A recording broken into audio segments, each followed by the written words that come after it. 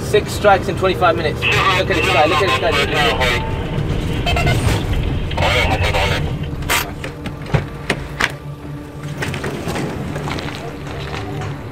We're the first here to arrive on the scene. There's no one else here.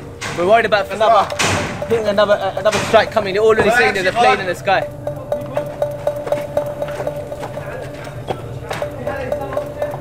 I've never seen this in my life. I thought I was a person that doesn't get afraid.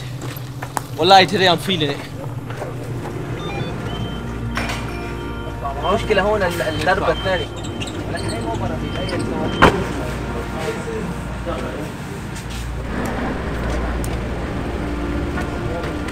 You don't have the luxury to take those antidepressant pills because we have to be awake and focused 24 hours.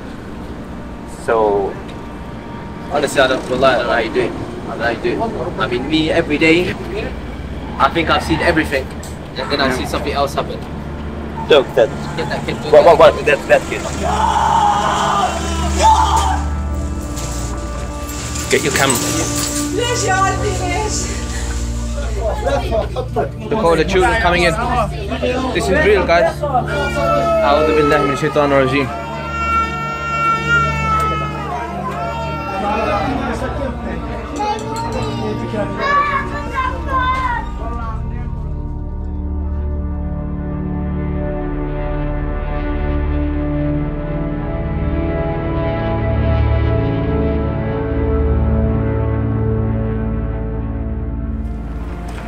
So there's no time here to mourn.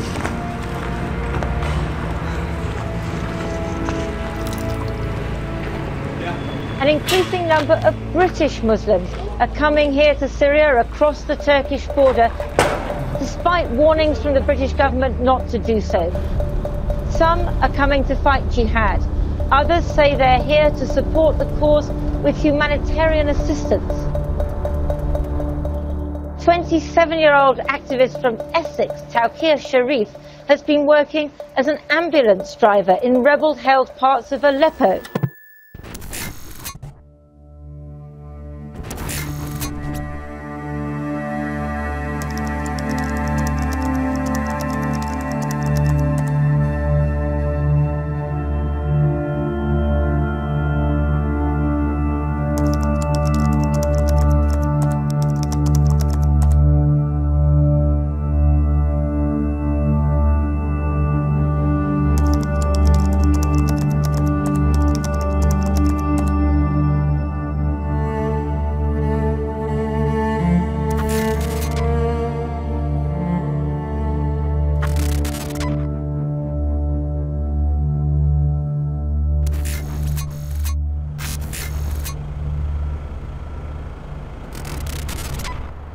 السلام عليكم.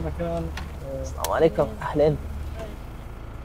بدكم تروحوا لمكان آخر؟ والله يا ريت. إن كان جهزناكم العرض هنيك أوسع. إيه أوسع، يكون أوسع إن شاء الله. وواحد يعني بيتابع أموركم وبساعدكم هيك. بس أنت واحد جي؟ أنا وعندي صبيين. إيه خالتي فرجيني مطبخ عندك. تفضل. إيه أنت فرجيني، تفضلي. أنا ما تفضلي. So Muhammad, this is her and her husband. They got 2 kids. He's blind and he can't walk. She's going to show me her kitchen. This is what people live like. We're going to be giving them somewhere better to live, inshallah. I've already decided just by looking at their situation that we're definitely going to help them. She and her husband are both disabled. inshallah بدنا نعطيكم شيء أجمل إن شاء الله تعالى. الله يوفقكم يرزقكم يا رب.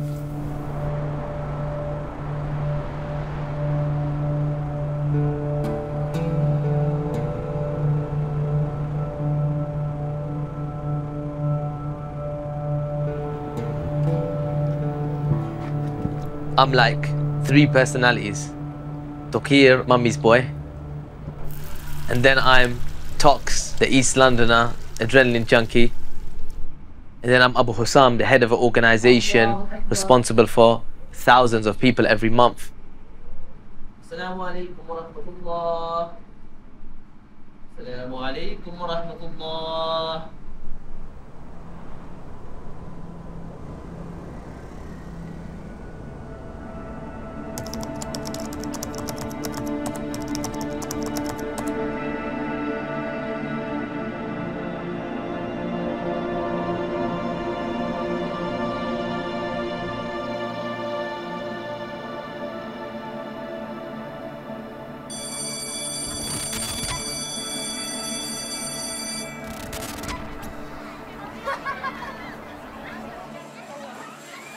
When my citizenship was revoked, I was surprised.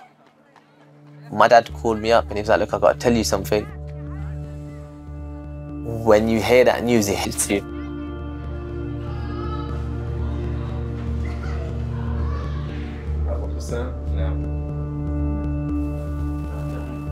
My citizenship was revoked on the grounds that I am aligned to an AQ-aligned group. I presume, and everybody presumes, what the British government is referring to is HTS, Hayat Tahrir al-Sham.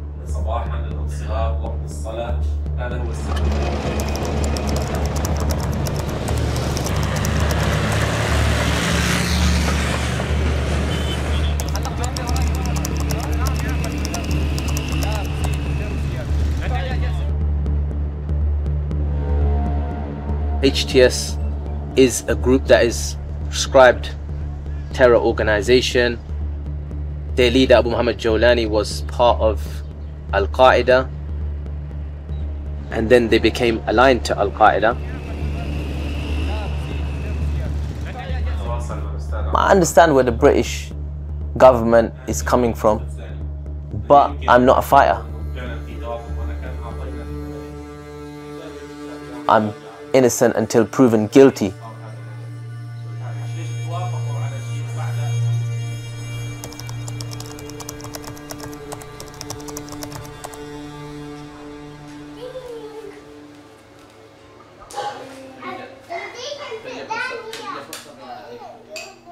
For the first 5 years of this journey, I was on my own. Not a care in the world, but obviously as time goes on and you got family, that's where the concern is.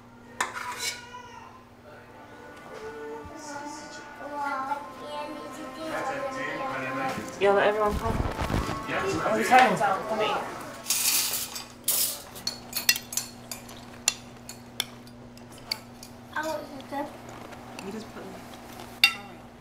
So you're saying about you don't know what you really want to do right now with your case? I only want my citizenship back if I'm proven innocent. I don't want to win on a technicality. Other brothers who have had their citizenships revoked, they've won, they've got their citizenship back, but on a technicality. Yeah, that they're not dual nationals. Okay, they're still British, but they might have problems down the line. Obviously, alhamdulillah, your situation, inshallah, is still good, that you still got your citizenship. But is that a benefit or is it a negative now? Yeah, I know, innit? Obviously, all the kids have citizenships. They're supposed to have citizenships legally. You know, how things transpire in the future, Allah knows best, innit? What's going to happen? My mum said to me, do you miss England? And after I felt like, no, I actually don't. Like here, you do have like a certain like fear for your children. You know, obviously there's bombs and, you know, stuff going off in, but at home it's a different fear for their upbringing. And we don't have to worry about drugs and knife crime and stuff like that, it's you know? a whole different situation. And I find the thing... People probably listen to this will think we're crazy. They'll think that is crazy. But I thought, obviously, the people outside don't know the reality of what life is like here. Here, I know I can wear this and be free. No one's going to say anything to me. Yeah, we're not going to say that Syria, a war zone, is better than England. But at the same time, we have to be optimistic about the situation that we're in and make the best of it. Things change, times change. Nelson Mandela was a terrorist at one point, and then he became a Nobel Peace Prize winner. So maybe one day we'll get a Nobel Peace Prize. You never know.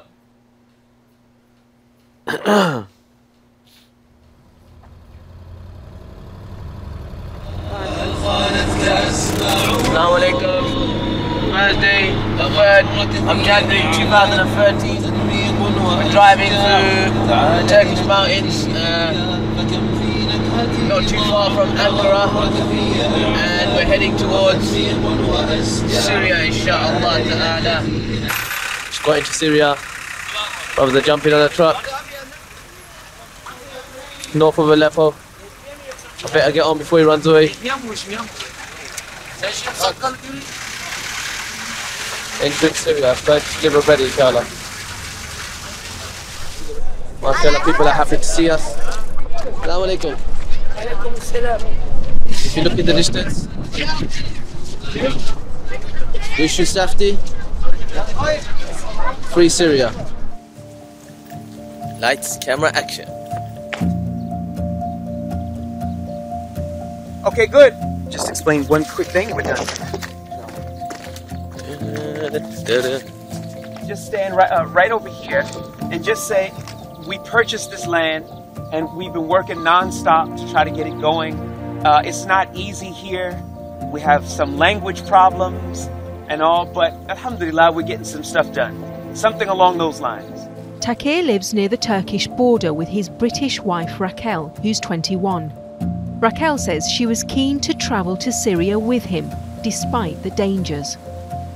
You know, he's doing what he loves and it makes him happy, which makes me happy. And obviously, if she wanted to go home at any time, then of course, you know, I wouldn't stop her. People always paint Islam as a religion that is, you know, a male-orientated religion where the men, you know, boss the women around and... Does he boss you around? No. No, he doesn't. Yeah, I force her to wear that. Alhamdulillah, with your funds and what we've received, response has been great. We've raised about 30% of what we need to actually complete the building work, inshallah. Everyone's very busy at work. This room is completed with the battens, ready for the cement to go on top. Snowball fight 2015. We've got to lighten it up a bit. We're currently getting destroyed. It's the snow, we're enjoying ourselves in the camps. Assalamu alaikum.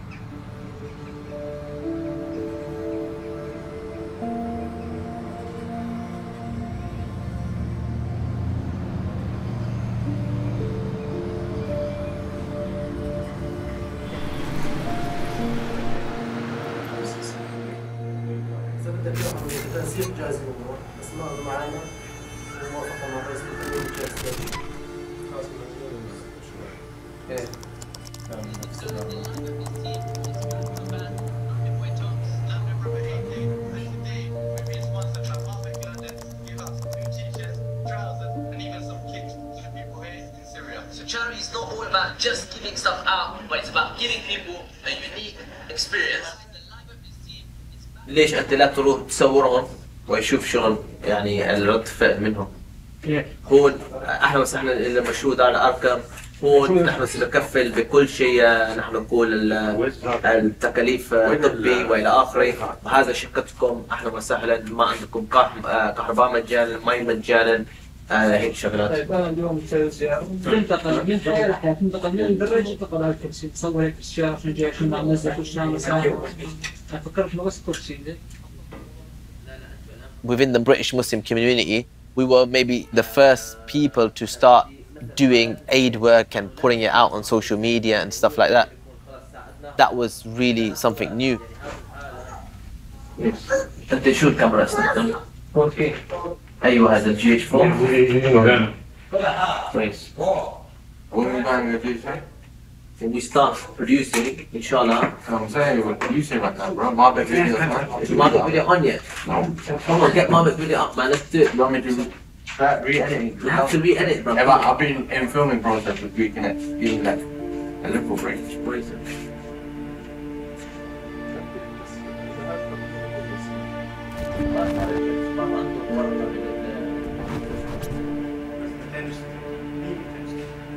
My nephew, he's someone that's also very engaged in the aid work.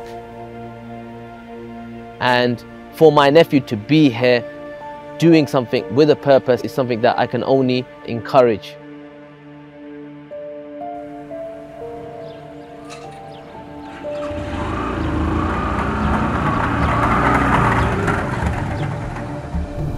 Life in London was really good. Chilling with my mates, going to school. But one thing we used to say is school can take you to a certain level, but being outside, being in a place can bring you to the next level. I think I've grown up.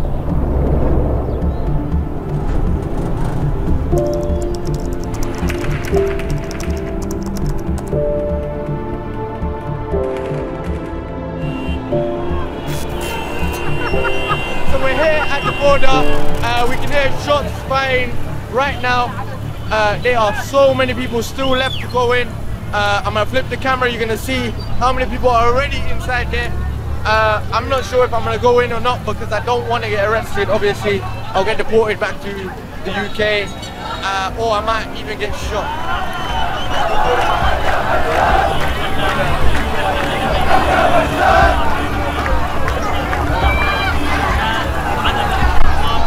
This is what the road is looking like right now.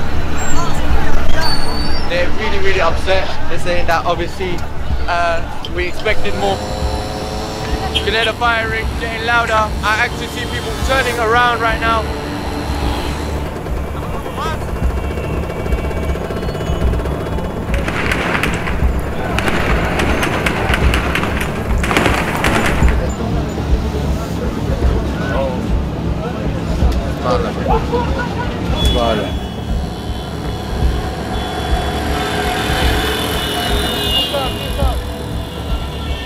People don't want to talk right now.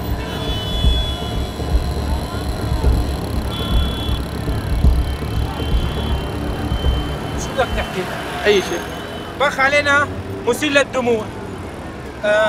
صار يقوس علينا اطلاق، طلع اطلاق نار بالبواريد، صاروا يقوسوا علينا الاطلاق.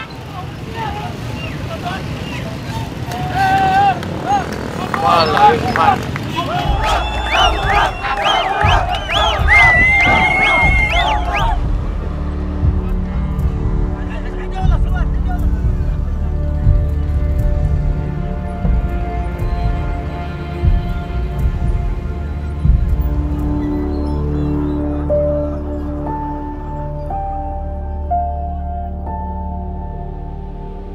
The demonstrations that have been taking place in Bab al-Hawar crossing have been taking place over the last few Fridays, and this is because the people are upset and the people feel as if they're being suffocated and nobody is doing anything at all.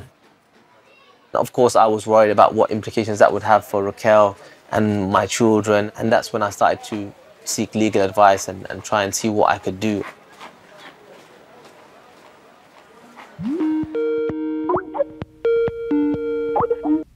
It's been a while. How's things with you?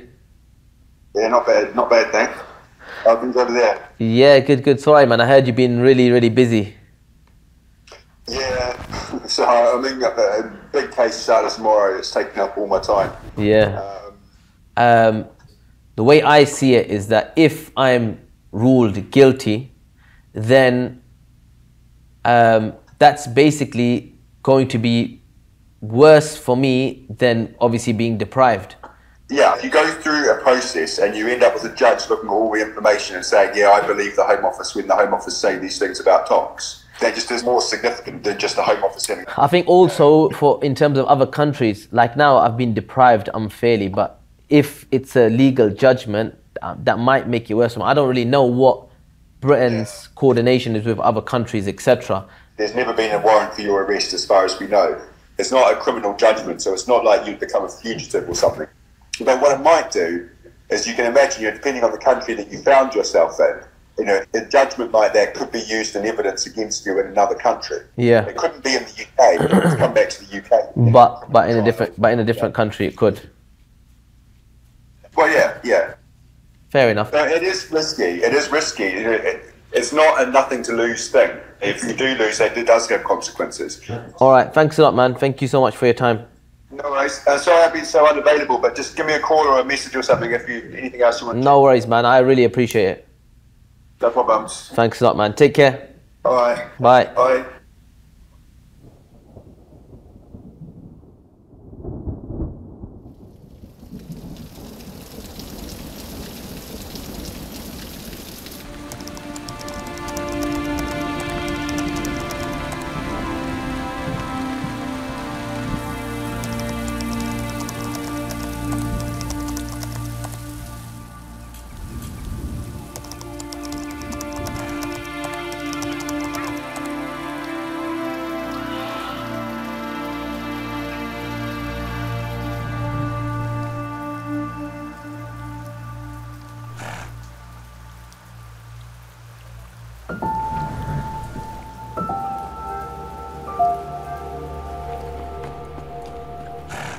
This is a unique situation in regards to my lawyers and what they're advising me to do.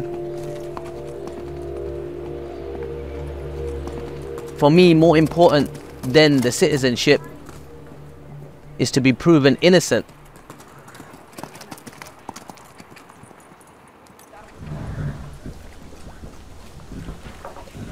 كويس.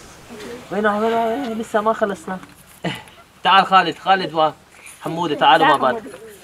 تعال من الأمام من الأمام. لا تخاف. لا تخاف. مين بس نمسك الأذن؟ اذنيه هيك. أنا.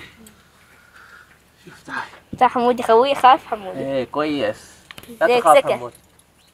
لا تخاف ما بتساوي شيء. شوف ما بتساويني شيء. أهم شيء أنا ما بتخاف من الحصان. هاي هذا صغير بده ياكلني اليوم.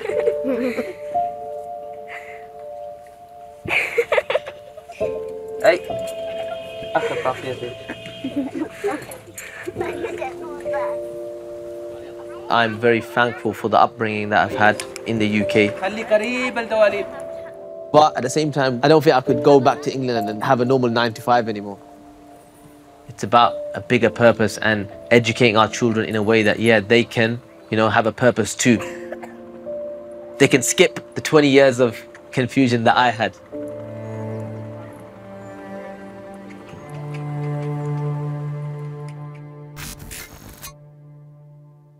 Okay, we're good to go.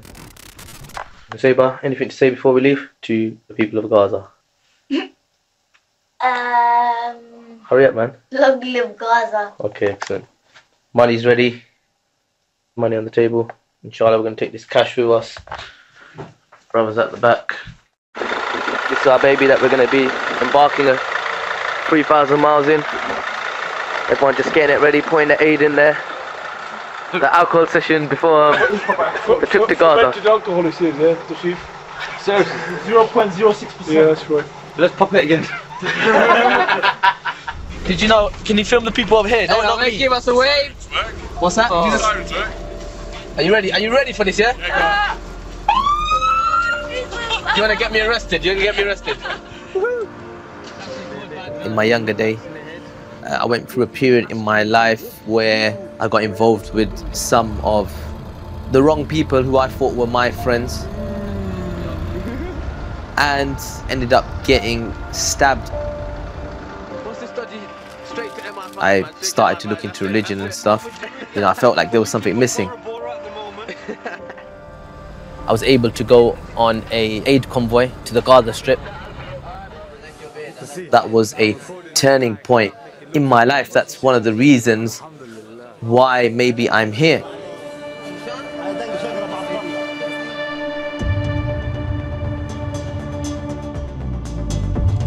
Abu Bakr al-Baghdadi is dead. A lot of people on the ground are confused. They don't know if there's something more sinister behind this. If, for example, there'll be a new wave of attacks, it's a bit of a difficult situation, and we're not sure exactly what that means for the future of the civilians here.